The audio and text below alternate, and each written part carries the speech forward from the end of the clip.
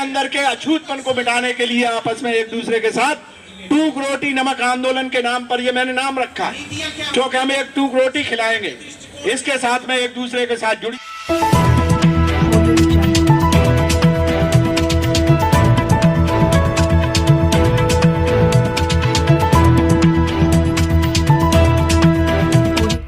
इस news channel पर जो भी वक्ता ने कहा वो उसकी अपनी राय है, जिसकी पुष्टि यादव जी का तो उन्होंने औरंगाबाद अरवल बेहटा रेलवे लाइन संघर्ष समिति के तत्वाधान में मुझे आमंत्रित किया और कहा कि डॉक्टर साहब इस संघर्ष में आप हमें अपना सहयोग दें। साथियों, हम भारत की हर उस लड़ाई में गरीब के साथ हैं और ये अपने जीवन का उद्देश्य मान के हम लोगों को चलना चाहिए कि देश का जो गरीब है, जिसे सर्वहारा वर्ग कहीं कह दिया जाता है, कहीं बहुजन मान लिया गया है, लेकिन हम इस नाम को स्वीकार नहीं करते। हम SC ST OBC माइनॉरिटी को भी स्वीकार नहीं करते हैं। हम स्वीकार करते हैं मनवादी व्यवस्था में दिए हुए नामों को, या तो शूद्र कह दो या अछूत कह दो, या लगभग 7000 जातियों में बांट के किसी को किसी के भी साथ कह दो, और उसी व्यवधान के कारण हम अपनी कोई भी सफलता की सीढ़ी नहीं चढ़ पाते। आज अगर आप असफल हैं, मैं थोड़ा सा अपनी बात को अपने तरीके से राष्ट्रीय स्तर पर इस बात को इसलिए कहना चाहूंगा कि मंच कोई भी हो, संघर्ष का कोई भी दौर हो, बात देश की व्यवस्था को लेकर के ही चलती, और उसमें एक सवाल उठता है कि आज हमारी ये स्थिति क्यों है। सच ये है कि हमने जिन पर भरोसा किया वो हमारे भरोसे के काबिल नहीं, या ये समझ लीजिए कि देश आजाद हुआ, संविधान लागू हुआ, शिक्षा हमें मिली, शिक्षा के साथ हमें सुविधाएं भी मिली, और सुविधाएं इतनी सीमित थी कि हमारी जेब भी पूरी नहीं भर पाई, हम दूसरे को क्या बांटते। इसे जरा समझने की कोशिश करिए। जब संविधान बनकर के तैयार हो गया और लागू होने से पहले जब इसकी एक सभा हुई और सभा में संविधान प्रारूप समिति के अध्यक्ष का आखिरी भाषण जब होता है डॉक्टर BR अम्बेडकर का, तो वो नटशेल में एक बात कहते हैं, ये जरा गंभीरता से सुनना, और ये आप सब पढ़े लिखों के लिए बहुत जरूरी है। उन्होंने कहा है संविधान ये एक किताब है और इस किताब में जो कुछ लिखा गया है ये उसका भला करेगी जो इस किताब को अपने हाथ में रखेगा। अगर ये संविधान की किताब किसी दूसरे के हाथ में होगी तो वो अपने अपोनेंट के लिए भला नहीं करेगा, वो उसके लिए लाभकारी हो। आज संविधान खतरे में है, देश की आजादी खतरे में है, देश का गरीब तबका खतरे में है। ये सब सदियों से चलता रहा है, आगे भी चलता रहेगा। जो खतरे में है वो ज्यादा मजबूत अपने आप को तैयार कर रहा है। जो खतरे में था उसने संविधान के साथ साथ अपना एक संघर्ष, एक दल बनाया, और उस दल में एक ही चीज थी, एक ही वर्ग के लोग थे और एक ही काम था उनका कि किसी भी तरह से मनुवादी व्यवस्था के तहत फूट डालो, राज करो और इन लोगों की कमियों को स्टडी करो। तो हमारी सबकी कमियां हैं। ईमानदारी से मैं बता रहा हूं, अगर मैं ये खाने का जो टिफिन बट रहा है अपने हाथ में ले लूं और अपने किसी साथी को देने लगूं जो अनपढ़ है, गांव का है, हम ऐसा नहीं कि पढ़े लिखे लोगों में ये गलत है, अनपढ़ है, शिक्षा जिसे नहीं मिली है, उसके सामने मैं हाथ में पकड़ के उसको अगर देखूं तो मेरी क्वालिफिकेशन डॉक्टरी और ये सब धरी रह जाएगी। वो कहेगा मैं चमार के हाथ का नहीं छुआ खाता। ये जो हमारे अंदर छुआछात, ऊंच नीच और इसकी घृणा जो पैदा करता है, जो एक संगठन के तौर पर गिरोह बनाकर हम लोगों को आपस में बांटता है, अछूत बनाता है, ऊंच नीच बनाता है, अयोग्य बनाने के लिए हमारे शिक्षण संस्थाओं को बर्बाद करता है, हमारी नौकरी और हमारे कपड़े अच्छे देखकर हमारे बिजनेस को डैमेज करता है।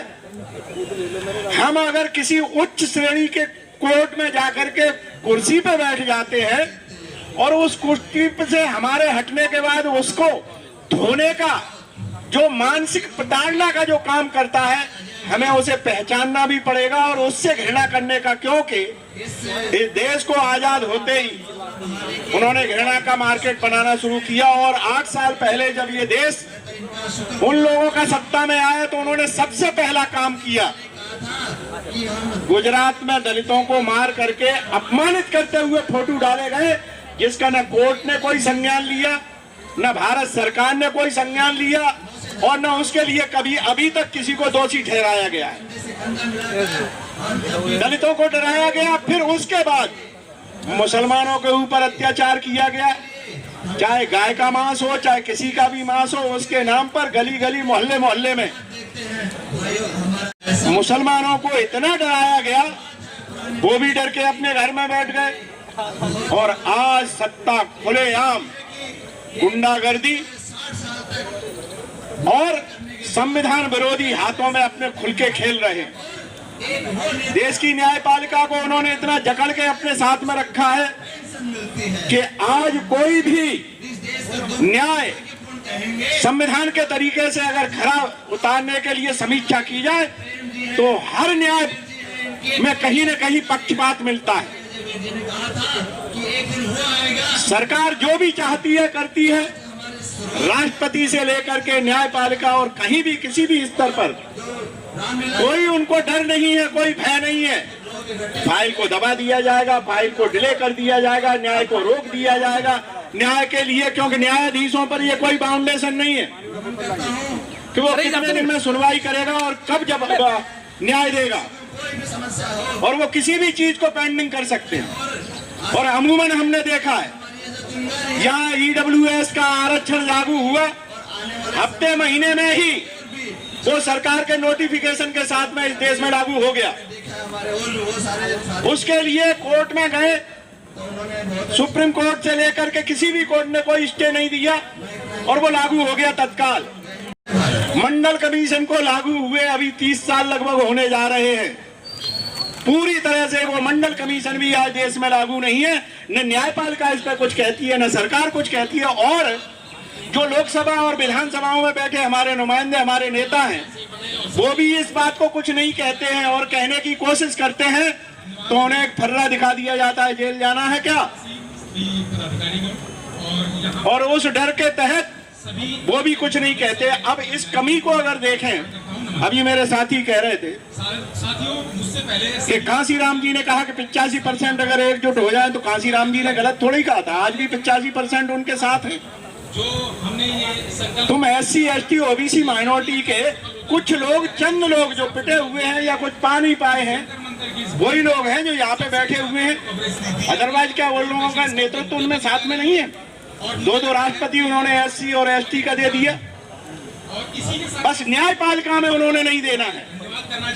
क्योंकि न्यायपालिका में अगर आपकी संख्या के अनुसार जज को बना दिया गया तो बहस करेगा, सवाल पूछेगा और सरकार उसके जवाब नहीं दे पाएगी। और क्योंकि न्यायपालिका निष्पक्ष होनी चाहिए, जो नहीं है। और क्यों नहीं है? क्योंकि उन्हें पता है कि 3 के 63% हम कब्जा किए हुए न्यायपालिका में। शायद इतना जागरूक नहीं है कि वो लोग इस चीज को समझ सकें कि हायर जुडिशरी के साथ में हायर जितनी भी पोस्ट है, सेक्रेटरी है, डायरेक्टर है, जो भी है, कि आप 60% से ज्यादा एक खास वर्ग विशेष के लोग हैं। इसके तहत आपके यहाँ कार्यरत हैं जनसंख्या 3% है और आगे घृणा का माहौल इतना उन्होंने एक संगठन बना करके बना रखा है। भारी से भारी आज आप कहीं भी चले जाओ यूट्यूब पर, कहीं घृणा का ऐसा, या तो जातिवाद की बात हो रही होगी, हिंदू मुस्लिम, अमीर गरीब के नाम पर, दलित पिछड़े, कर्मचारी एक मंदिर के नाम पर, कर्मचारी एकता, किसी को खाने के नाम पर, किसी को मंदिर में प्रवेश के नाम पर, ये सब कुछ अगर हो रहा है तो क्या ये संविधान की अवहेलना नहीं है? क्या ये सुप्रीम कोर्ट को सुनाई नहीं पड़ता है, दिखाई नहीं पड़ता है। लेकिन सुप्रीम कोर्ट के पास में भी मनवाद का चश्मा पहले है, क्योंकि वो जातिवादी सोच के लोग हैं। इसलिए पहले खुद को सुधारो छोटा कर दिया है और संविधान को अपने हाथ में लो। और अगर आप संविधान को अपने हाथ में लेना चाहते हो तो एक ही तरीका है, पता नहीं कैसी ये जो रोटी का निवाला आप खा रहे हो आपस में एक दूसरे के साथ बांट के खाओ। अभी जो अपनी प्लेट में से किसी दूसरे को खिलाओ, उसकी प्लेट से आप अपने लो, और आप देखोगे कि ये अछूतपन जब तक नहीं मिटेगा, जब अछूतपन मिटेगा घृणा मिटेगी, सरकार अपने खिलाफ घृणा मिटेगी, अछूतपन मिटेगा, सम्मान बढ़ेगा, सम्मान बढ़ेगा तो भरोसा होगा, भरोसा होगा तो एक दूसरे के साथ मिलकर के वोट कास्ट करोगे, और वोट जब दोगे तो आप चुनाव जीत के आओगे। और जब संसद में आपके बड़े भाई आपकी आवाज जब होगी आ चुके हैं, अभी इसको तो क्या सुप्रीम कोर्ट, और अब यहाँ इसकी डिमांड करने आ गए। क्या और कहीं का भी व्यवस्था, तो सुबह के टाइम आए, आपको कोई डरा नहीं सकेगा। हमारे आने से पहले एक सुप्रीम कोर्ट 11 बजे का का टाइम जज हमारे साथ ही आ चुके थे। एक सवाल पूछ लेता है अगर वकील से, 11 बजे यहाँ से फारिग किया तो आप देखते हैं सरकार हिल जाती है। भाई साहब, और हमारे बीच हमारे हमें और भी मांगे उठानी चाहिए। अटॉर्नी जनरल जो होता है इस वक्त भैया वो सरकार का वो नुमाइंदा होता है जो सुप्रीम कोर्ट में सरकार की एडवोकेसी करता है।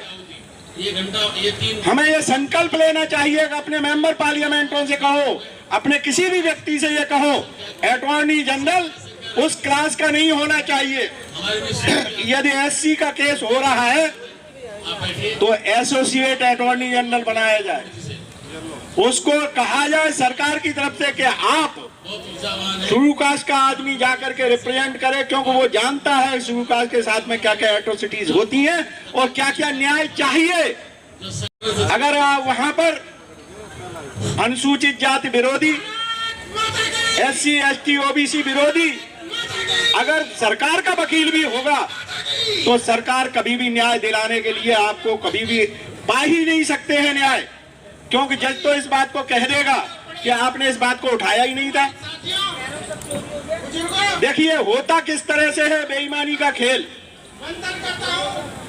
99 में 1999 में अटल बिहारी वाजपेयी जी के नेतृत्व में सरकार बनी। मैं एक उदाहरण बता रहा हूं। और सरकार बनते ही आनन फानन में पेट्रोल पंप और गैस की एजेंसी 35,000 लोगों को, कार्यकर्ताओं को दे दी गई तत्काल। और इतनी जल्दी प्रॉम्प्ट उसमें काम हुआ कि 2-3 महीने के अंदर जब तक बात फुसफुसाहट में आए तब तक अलॉटमेंट हो गया, बैंक से पेमेंट हो गया, बैंक से लोन भी हो गए और सबको एलोकेट हो गई सब जगह। और उसके बाद ही सरकार ने अपने किसी एक नुमाइंदे से एप्लीकेशन डलवा दी कि इसमें धांधली हुई है, और धांधली के नाम पर उसकी इंक्वायरी कंडक्ट कर दी गई कि कहीं इसमें कोई अनियमितता तो नहीं हुई है। और अनियमितता के लिए कुछ पॉइंट उन्होंने बना दिए, वो पॉइंट जो उनके फेवर के थे, और एक ने जाकर सुप्रीम कोर्ट में डाल दी अपील। और सुप्रीम कोर्ट में ये कहा गया कि हमने इतना पैसा बैंकों से लोन ले रखा है, हमारा इतना पैसा खर्च हो चुका है और हमने किसी भी तरह का डैमेज नहीं किया है। सरकार अगर इसे वापस लेती है तो इतने लोगों का इतना नुकसान होगा। सुप्रीम कोर्ट ने भी उस पर ठप्पा लगा दिया कि जो कुछ हुआ है ठीक हुआ है। और 35,000 लोगों को गलत तरीके से, वो सब आरएसएस के लोग थे, उनको 99% आरएसएस के थे, एससी एसटी के कुछ लोगों को छोड़ के। और रिजल्ट उसका ये निकला 35,000 उन्होंने अपने मजबूत कार्यकर्ताओं को तैयार कर दिया। हमारे लोगों का क्या था? देखिए नेताओं पर आपको क्वेश्चन करना ही पड़ेगा, किसी को गलत लगता है तो लग जाए। लालू यादव, मुलायम सिंह, रामविलास पासवान, ये सब वो नेता थे जो नेता अपने पहले भाषणों को, इनको सुनो, जब ये कहते थे तो पूरा समाज एकजुट होकर के इनके पीछे खड़ा होता था और ये कहता था तुम आगे बढ़ो, हम जान की बाजी लगा देंगे। आगे क्या हुआ? आगे जो हुआ उसका परिणाम आज आप देख रहे हैं। मेरा बेटा, मेरा भाई, मेरा भतीजा, मेरी लुगाई, इसके सिवा हटके कहीं गए हैं क्या? जो हमारे समाज का सबसे बुरा मूवमेंट जो बर्बाद हुआ है, इस परिवारवाद से जो खतरा हुआ है, इस परिवारवाद पर भी अंकुश लगाने वाले नेताओं की जरूरत है। अब परिवार के बीएसपी का हश्र वही है, चाहे वो रामविलास पासवान जी की पार्टी हो, चाहे लालू जी की हो, चाहे मुलायम सिंह जी की हो। ये बातें इतनी कड़वी हैं, लेकिन आपसे मैं पूछना चाहता हूं, इस आंदोलन को अगर आपको चलाना है, अगर मान लीजिए कल कॉन्स्टिट्यूशन आपके हाथ में दे दी भी जाए, तो डॉक्टर गौतम के हाथ में आया अधिकार और उन्होंने कहा मेरा भैया कहाँ है, मेरा भतीजा कहाँ है, मेरी बीवी क्या है, मेरा रिश्तेदार चाहिए, फिर और कुछ चाहिए।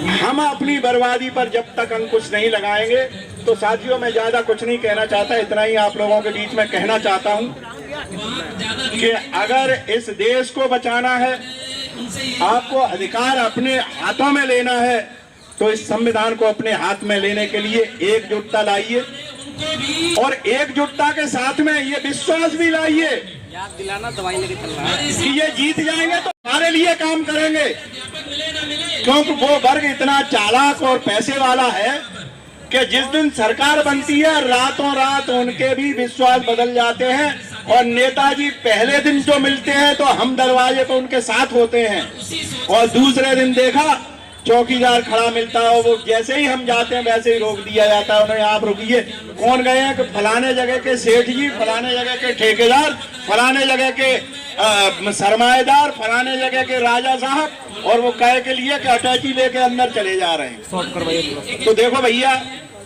जिस देश का चरित्र पैसे और 5 किलो के अनाज के ऊपर बट गया, बिछ गया हो, उन लोगों को चरित्रवान बनाने के लिए पहले हम लोगों को अपने ईमानदारी के साथ में कैडर कैंप लेने चाहिए। हमें उसका मनन करना चाहिए कि ये जो व्यक्ति कह रहा है,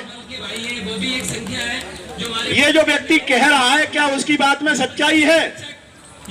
आदमी छोटा हो सकता है, साधनहीन हो सकता है, आज हम साधनहीन हैं। अगर हमारे पास ज्यादा साधन होते, 50 बसों में भर के यहाँ पे लोगों को इकट्ठा कर दिया होता, ये सरकार क्या बड़ी बड़ी सरकारें हिल जाती। लेकिन आपके पास साधन है नहीं। भरोसा आपके समाज का आपसे इसलिए उठ गया है क्योंकि आपके नेताओं ने आपको उस भरोसे को पहले ही बेच खाया है। चंदा कहीं से मिलता नहीं, अपनी जेब से करें तो करें, कितना करें, लेकिन वो गाली देने के सिवा हमें कुछ नहीं आता है। हम सरकार विरोधी हो जाते हैं। आप सरकार विरोधी मत बनिए, पार्टी विरोधी बनिए। सरकार हमारी माई बाप है। अब सरकार का मतलब मोदी नहीं है, सरकार का मतलब अमित शाह नहीं है, सरकार का मतलब है जो सरकारी संसाधन है, जो हमारे लिए सरकार संवैधानिक तरीके से जो योजनाएं बनाती हैं, उन योजनाओं का ज्यादा से ज्यादा सदुपयोग कैसे हम अपने समाज के लोगों को दिलाएं, ये सब चीजें बहुत जरूरी हैं। और संविधान को लागू करने के लिए नहीं, संविधान को अपने हाथ में लेने के लिए एकजुट होने का प्रयत्न है। आज बीजेपी को मैं बहुत बहुत साधुवाद देता हूं। बीजेपी के नेता 2-3 बातें कहते हैं। वो कहते हैं कि देखो एक टुकड़े टुकड़े गैंग, मैं उनके शब्द का स्वागत करता हूं। किसी को बुरा लगता हो भैया मेरे से मेरी गरेबान पकड़ लेना और मुझसे कह देना कि तुमने ये कैसे कहा, तो मैं उसका अर्थ समझा दूंगा। उन्होंने कहा कि ये टुकड़े टुकड़े गैंग, अपोजिशन के जितने भी गैंग हैं सब टुकड़े टुकड़े हैं। क्या अगर आपस में एकजुट होते तो किसी की हिम्मत ही नहीं होती। तो हम टुकड़े टुकड़े हैं और हमसे कोई कहता है अरे तुम टुकड़े टुकड़े हो, तो हमें बुरा लगता है। क्यों लगता है? क्योंकि हम भी उन्हें भला वो फायदा पहुंचाना चाहते हैं। हमारे नेता भी उनके लिए काम करते हैं। तो इसलिए मैं आप लोगों से निवेदन कर रहा हूं, एक ऐसी सोच, नेताओं से सवाल पूछिए कि कल तुम मेंबर पार्लियामेंट बनोगे, अगर तुम मंत्री बन गए तो मुख्यमंत्री अपने कौन से साले को बनाओगे ये बताओ। मैं उसको दोहराना नहीं चाहता। क्या आप समाज के व्यक्ति को बनाओगे? कर्मचारी हूँ, एक व्यक्ति जिसके पीछे मैं खड़ा हुआ, एनपीएस एक छलावा माननीय शरद यादव जी के लिए, और इसको पहचानने के और मैंने स्पष्ट तौर पर कहा, और अभी तक और मैंने उस व्यक्ति को देखा और जो भी 90 में जब सरकार बनी, उस व्यक्ति के अथक प्रयत्न से लालू यादव मुख्यमंत्री बिहार बने, मुलायम सिंह यादव मुख्यमंत्री उत्तर प्रदेश बने। हम अमन चाहते इन दोनों का कोई भी शरद यादव के साथ में खान पान का, खून का कोई रिश्ता नहीं था। लाजमी है तो जंगली से लेकिन उसके बाद अगर हम लड़ाई अपनी जारी इन नेताओं ने किया क्या? साथियों, मैं ज्यादा समय न लेते हुए आपको सिर्फ इतना कहना चाहता हूं, जहां जाओ, जिस गली में बैठो, जिस घर में भी बैठो, अगर आपको नेतृत्व संभालना है और नेता बनना है, तो वहां के अछूत कही जाने वाली जितनी भी जातियां हैं, उनके साथ में रोटी का इंतजाम करिए, उनके साथ में छुआछूत मिटाने के लिए खान पीन का शुरू करिए। अगर आप खान पीन शुरू करेंगे, आपकी वहां शक्ति बनेगी। शक्ति बनेगी तो वहां स्कूल में जो मास्टर है वो भी आपके बच्चों को अच्छा पढ़ाएगा, वहां का पुलिस प्रशासन है वो भी आपसे डरेगा। इसलिए आप सिर्फ अपने अंदर के अछूतपन को मिटाने के लिए आपस में एक दूसरे के साथ टूक रोटी नमक आंदोलन के नाम पर, ये मैंने नाम रखा है, क्योंकि हम एक टूक रोटी खिलाएंगे। इसके साथ में एक दूसरे के साथ जुड़िए। अगर आप जुड़ते हैं, सफलताएं आपके कदम चूमेंगी। जय भीम, नमो बुद्ध। साथियों, उसके